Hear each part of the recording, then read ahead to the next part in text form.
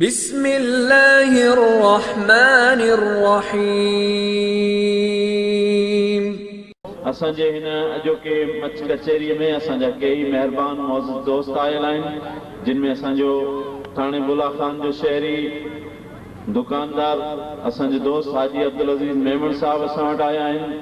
सरीअ खां भैरूमल रतनाणी साहब, असांजे पहलाज राय साहब जो नंढड़ो फर्ज़ंद दर्पन कुमार साहब, अली मुराद बारी जे ॻोठ जो हादी बख्श बारी जो साहब, असां वटि अॼोके महिमाननि में डॉक्टर मोहम्मद अली सुमरो साहब वेठा आहिनि, वाहिद बख्श बारी जो साहब, गुलाम कादिर रिंद कोतराज खां आया आहिनि।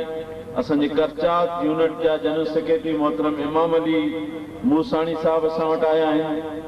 लखा ॾिनू छुट्टो साहब आयो आहे, मीहन गबोल साहब, ॿिया कई असांजा मौजूद महिमान सामीन समूरनि खे अब्बास फाउंडेशन जे पारां, दरगाह जे ख़लीफ़नि जे पारां, सभिनी तोंग वासियुनि जे पारां भलीकार जीकार तव्हां सभिनी जी महिरबानी।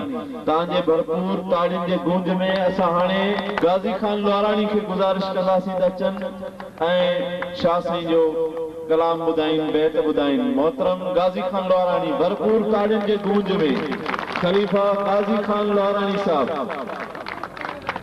बिस्मिल्लाहिर्रहमानिर्रहीम। अल्लाह जी आस करे हलियो आई, अल्लाह जी आस करे हलियो आई। चारण चोरियो चंग, मेरू जी जंग जा कन ॾाणियो रंग, बी जल संदो बंग, खाल खाली मकरे। अल्लाह जी आस करे हलियो आई, चारण बदा चंग खे जोड़ाए जाए, डोली रा डराया चची डूरा ॾिठा, वाए न तू वहद खे ते में रखयाई, सबा जा साईं राही जाए रात से। चारों तुझे चंग में तो ही कजी तार, वहदहू ला शरीक कलहू, या संदर तवार तेवार फिक्र खणी मूंखे फना कयो।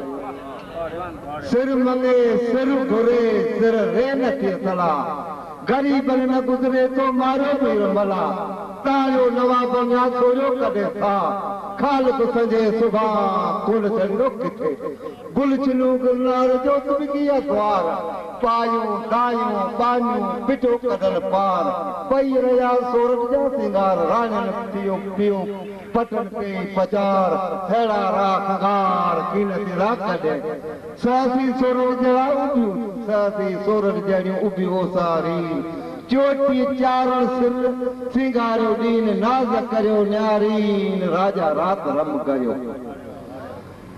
सोरठ मुई सुख थियो, खीमा खया खगार, न को रात न रूप न का कंद तवार, त्या पोइ मंगलहार ॾिनू सिर दया जके।